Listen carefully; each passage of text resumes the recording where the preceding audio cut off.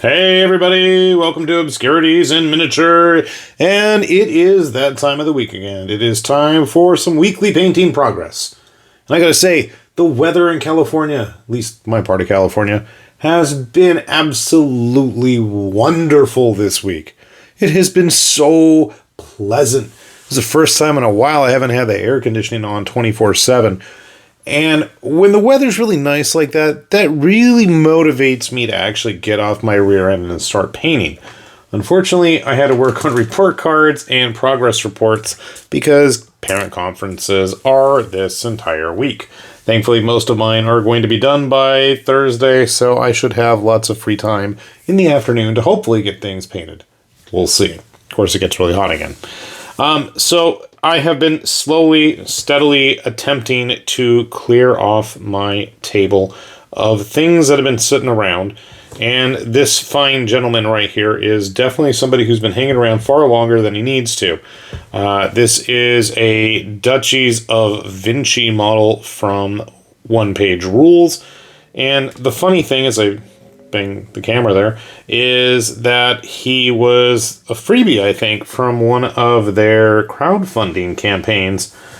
Yet I own the entire lineup of the army already. So it's like, I haven't printed any in a while. I know my brother's painted a bunch of them in various colors. And then I thought, you know what, I haven't painted any OPR stuff in a while. So especially with them gearing up for their big crowdfunding campaign for their sci-fi plastic stuff, I was like, I should grab something and get back to work on it. So I got a guy finished up. I keep looking at those big poofy lance neck like sleeves and pants he's got. I don't know the proper terminology, and I'm sure somebody will come and correct me, but I feel like I should have put some kind of colored stripes in them, but I just was tired of seeing this guy hanging around. I'm like, I need to move him. He needs to be done. Also needs to stay in focus, but that's a whole different story. I feel like I've painted some in the past, and I don't know where I put them, so I can't really recall what colors I've painted these guys before.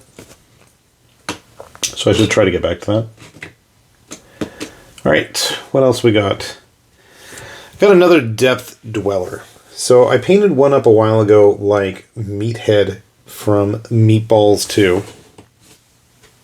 I know that's not in focus. Give me a sec as I'm reaching for him. There we go.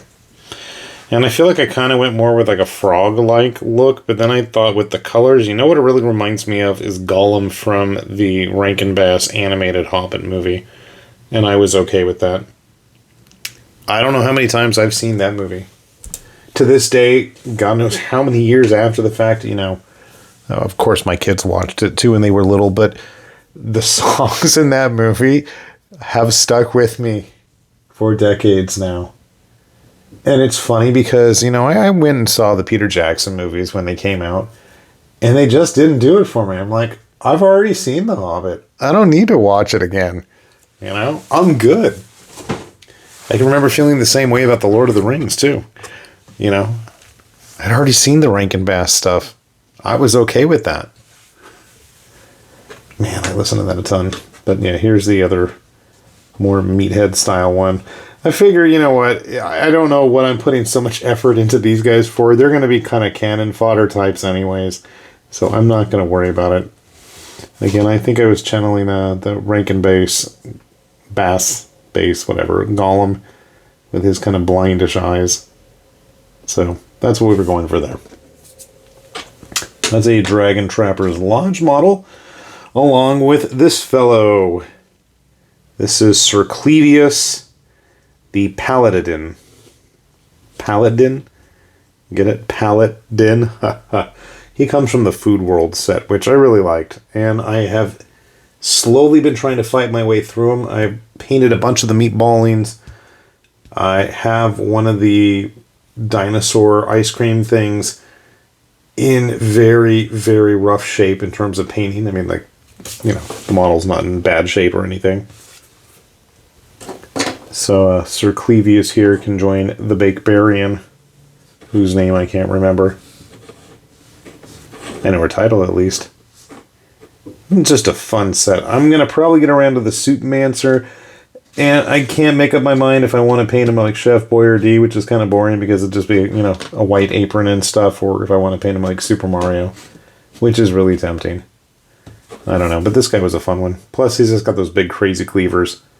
What's not to love there, right? And a giant turkey leg. It's great. I tried to put a little bit of color on him. I thought that, you know, just the silver by itself, even though silver and the white, it kind of blends in together.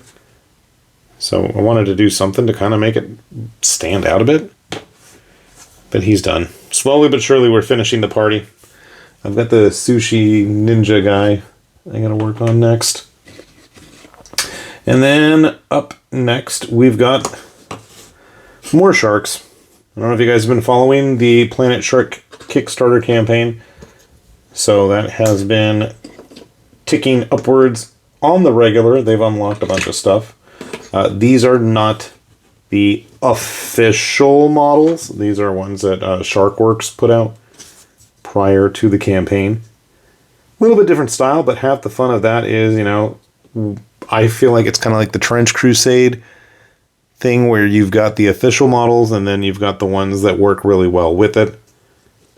You know, why say no to a bad thing and more options? But I also figure these are good, nice, solid pieced kits to go ahead and let my students play with. But I'm like, some of them, I feel like with all of the more modern looking weapons, I'm a little bit hesitant for obvious reasons. But the more sci-fi ones I'll probably go ahead and roll with. But we are continuing to slowly paint them just to get ourselves a nice selection of sharks. And one more. They're kind of fun, kind of simple. Some of these I did not do a nice job removing the supports. That's just a mess. I feel bad and apologize to the creator because I was like yoink and tore it all off. But you know, at this point I've got a fair amount of them painted up.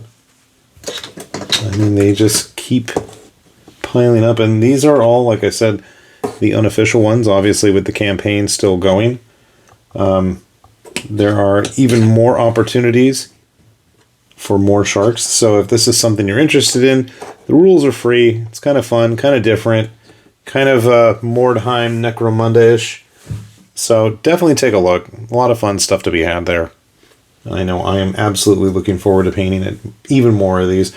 That's not even all of them. I see like a few more floating around, but that's all that's on the screen. So good enough for me. As always, we'll have those links down below. You guys want to take a look in any of these yourselves and hopefully do a nicer job than me. I wholeheartedly encourage you in that regard. But overall, not a bad little haul. Definitely, I've done worse. And at least it gives me that opportunity to kind of strive for doing a nicer job. And I always like to say it passes my litmus test of being able to hold it to the camera at a 5x zoom. Mission accomplished. I may not be the most decent painter, but I want to say I'm pretty thorough. So hopefully I can help motivate and inspire some of you guys to do the same. So with that said then, this has been High Lord Tamberlane with Obscurities and Miniatures saying thanks for watching, and we'll see you back here soon. Bye-bye.